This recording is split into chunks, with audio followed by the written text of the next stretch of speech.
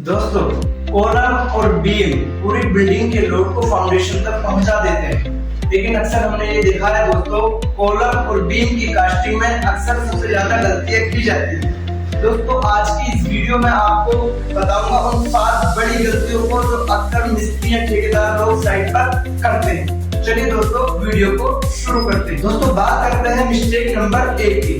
Mistake number 1 है दोस्तों, सही सरेखा साइज नहीं चुनना।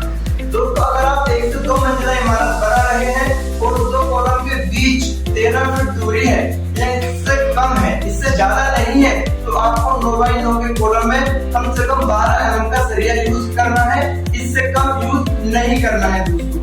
और यदि आप 2 से 3 मंजिला इमारत बना रहे हैं और 2 कॉलम के बीच की डिस्टेंस 13 फीट से ज्यादा है, तब आपको दोस्तों कॉलम का साइज भी बढ़ाना होगा और सरिये का साइज भी बढ़ाना होगा। उसके लिए मैं एक अलग सीरीज लेकर के आ रहा हूँ दोस्तों, इसलिए चैनल को आप सब्सक्राइब जरूर कर लें। बात करते हैं दोस्तों मिस्टेक नंबर 2 की। मिस्टेक नंबर 2 है दोस्तों, सही ओवरलैप नहीं देना। आपने अक्सर दोस्तों साइट पर देखा होगा, मिस्त्री या ठेकेदार 6-6 इंच के ओवरलैप दे देते हैं। तो ओवरलैप का मतलब होता है एक सरिये को दूसरे सरिये के साथ जोड़ना। तो ये दोस्तों ऐसे ही नहीं दिए जाते, इसका एक रूल है जो डिपेंड करता है दोस्तों सरिये की मोटाई पर। अगर दोस्तों सरिये की मोटाई जो भी है तो उससे 40 से 50 गुना आपको ओवरलैप लेंथ देनी होती है। अगर दोस्तों 12 mm का सरिया है तो ओवरलैप लेंथ आपकी आएगी 12 × 50, तो आएगा दोस्तों 600 mm, यानी 60 सेंटीमीटर आपको ओवरलैप लेंथ देनी है, इससे कम नहीं देनी है दोस्तों। और आपको जो लैप देने हैं वो जिगजैग में देने हैं, ऊपर नीचे एक ही जगह नहीं देने हैं। जब आप सब कॉलम के लिए सरिये कटवाएं तो वो एक साथ नहीं कटवाएं, आप ऊपर नीचे कटवाएं, जिससे जोड़ जो है वो एक जगह नहीं होगा और वो बढ़ जाएगा। बात करते हैं मिस्टेक नंबर 3 की। मिस्टेक नंबर 3 है दोस्तों, जो रिंग होते हैं, स्टिरप्स होती है, उनके बीच बहुत ज्यादा गैप रख देना। दोस्तों, जो रिंग होते हैं कॉलम में, आपने देखा होगा साइड पर, वो 9-9 1-1 फीट 9-9 इंच और 1-1 फीट उसके अंदर गैप दे दिया जाता है। दोस्तों, कॉलम की जो स्ट्रेंथ आती है वो स्टिरप्स से आती है, रिंग से आती है। चलिए दोस्तों, बात करते हैं मिस्टेक नंबर 4। मिस्टेक नंबर 4 क्या है दोस्तों, सही कवर देना। कवर क्या होता है दोस्तों, कंक्रीट जो कॉलम है, कॉलम के बाहर के सिरे से सरिये के बीच का जो गैप होता है उसे कहते हैं दोस्तों कंक्रीट कवर, जो सरिये को कवर देती है, सरिये को बाहरी वातावरण से बचाती है।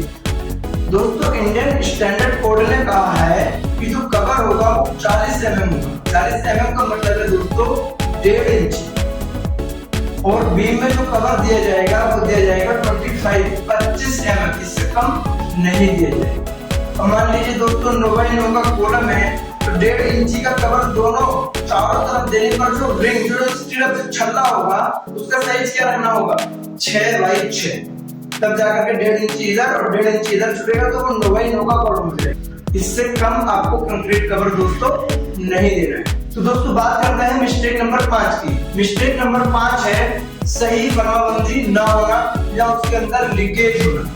आपने देखा होगा कभी कभी क्या होता है कि जो फरमा होते हैं उसमें लीकेज होता है, जिसकी वजह से जब कंक्रीट उसमें डलती है तो जो सीमेंट और रेत का जो मिक्सचर होता है वो बह जाता है और अंदर से वो बजरी बजती है। जब उसको खोला जाता है तो खाली बजरी दिखाई देती है और सरिये भी दिखाई देते हैं, जिससे उसकी जो स्ट्रेंथ है वो बहुत कम हो जाती है दोस्तों। और ऐसे ही जो है आपको बीम में देखने को मिलता है।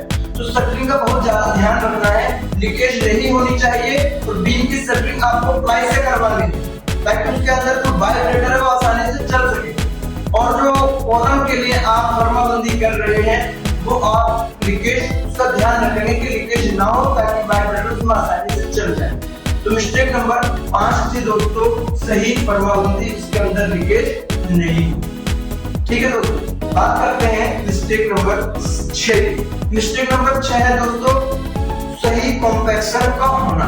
कॉम्पैक्शन क्या है दोस्तों, जब कंक्रीट को कॉलम में या बीम में डाला जाता है तो उसके साथ एयर भी चली जाती है, जिससे वो सही तरीके से बैठ नहीं पाती है और साइड पर आपने देखा होगा मिस्त्री सरिया लेकर के उसको निकालने की कोशिश करता है, लेकिन उससे सही तरीके से कॉम्पैक्शन नहीं होता। तो दोस्तों कॉम्पैक्शन के लिए वाइब्रेटर का यूज किया जाता है, ताकि कंक्रीट डालने के बाद वाइब्रेटर चले और वो आसानी से कॉम्पैक्ट हो जाए। तो वाइब्रेटर के चलने से ही कंक्रीट अच्छे से कॉम्पैक्ट हो पाती है। आपने देखा होगा जब थर्माकोल देते हैं तो कहीं से खुला रह जाता है, वो वाइब्रेटर की कमी है दोस्तों। इस साइड पर वाइब्रेटर नहीं चलाया गया है। तो जितना भी कंक्रीट का वर्क किया जाता है, चाहे वो स्लैब में हो, कोलम में हो या बीम में, बिना वाइब्रेटर के आपको कहीं भी कंक्रीटिंग नहीं करनी है। इस बात का आपको ध्यान रखना है। बात करते हैं मिस्टेक नंबर 7, जो सबसे मेन है। दोस्तों आपने देखा होगा कंक्रीट तो आपने डाल दी कोलम और बीम के अंदर, लेकिन उसकी तराई नहीं की जाती है।